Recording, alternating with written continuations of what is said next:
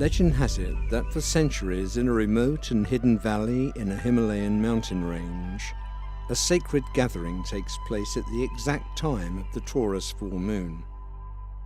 This full moon, also known as WESAK, has long been associated with the Buddha, the Lord of Light, the messenger from the East, who returns each year to bless the world. The Buddha was born, attained enlightenment, and died under Taurus, the sign of illumination, of vision, known as the Eye of God. The 8 minutes leading up to the exact time of the full moon are said to be the time of supreme spiritual opportunity within the entire annual cycle, when the forces of light make an effort to increase the flow of enlightenment into the world and bring wisdom and understanding into the minds and hearts of people everywhere. As we link up in consciousness with this ceremony, we participate in a living event. It's important to understand that WESAK is the festival of the living Buddha, not a commemoration of the Buddha of antiquity.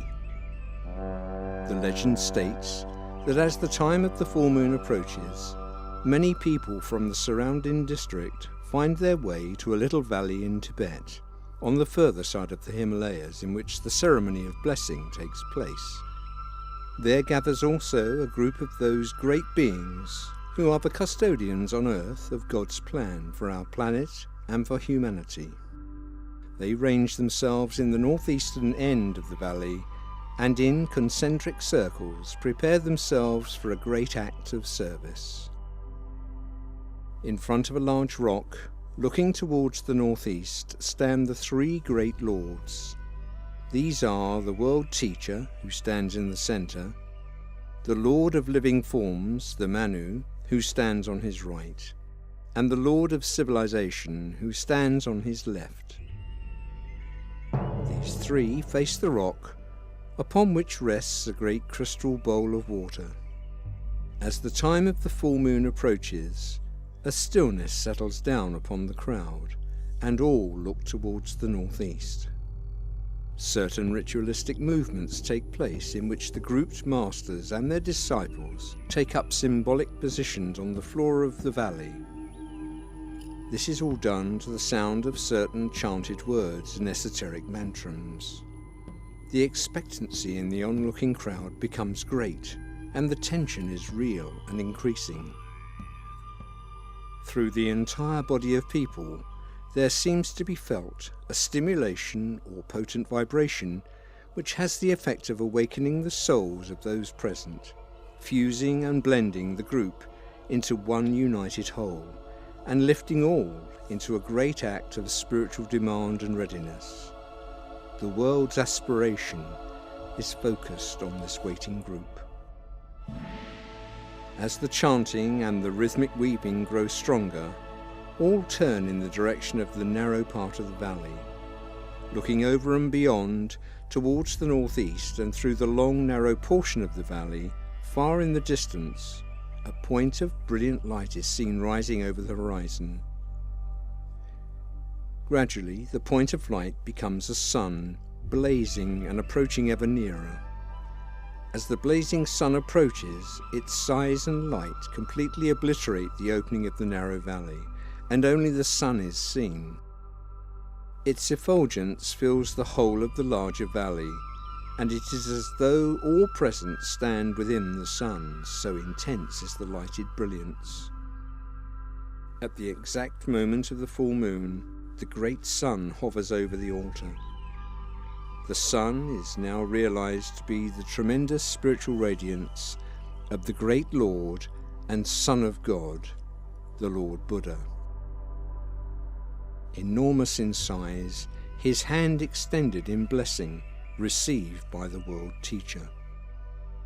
Once the exact moment of the full moon passes, the figure of the Buddha recedes to the far distant horizon, fading out of sight. The World Teacher turns to face all present as he intones the great hierarchical mantram used only once a year.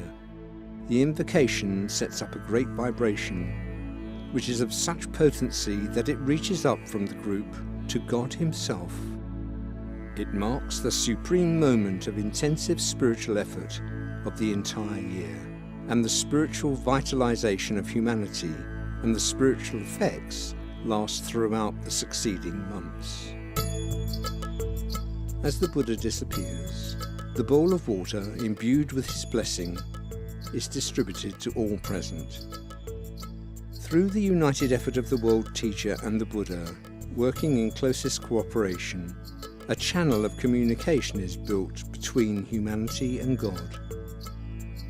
The linking up of the Buddha and the world teacher creates a bridge in consciousness across which masters, initiates, disciples and aspirants are able to walk and make contact with certain energies not otherwise easily available. As we link up in consciousness with this event, we aid the Buddha in his work to contact, hold, and distribute spiritual energy in the service of humanity and the planet.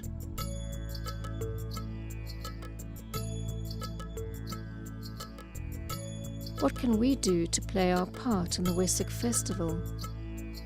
For 2 days prior to the WESAK full moon, the day of the full moon, and for the 2 subsequent days, endeavour to do the following things. Link up with all people of spiritual intention and goodwill throughout the world. Using the creative imagination, eliminate out of your consciousness all negativity, seeing yourself clearly as ranged on the side of the forces of light. Preserve a spirit of love for all individuals. When meditating and invoking the forces of light, endeavour to forget entirely your own personal difficulties, tragedies and problems. Secondly, endeavour at sunrise, at noon, at 5 o'clock and at sunset, plus the exact time of the full moon in your own land, to say the great invocation with the intent to invoke, precipitate and anchor in outer manifestation the waiting potencies. Do this aloud when possible and in group formation whenever feasible. The Great Invocation. From the point of light, within the mind of God, let light stream forth into human minds. Let light descend on earth. From the point of love, within the heart of God, let love stream forth into human hearts. May the coming one return to earth. From the centre, where the will of God is known, let purpose guide all little human wills, the purpose which the masters know and serve. From the centre, which we call the human race, let the plan of love and light work out, and may it seal the door where evil dwells. Let light and love and power restore the plan on earth.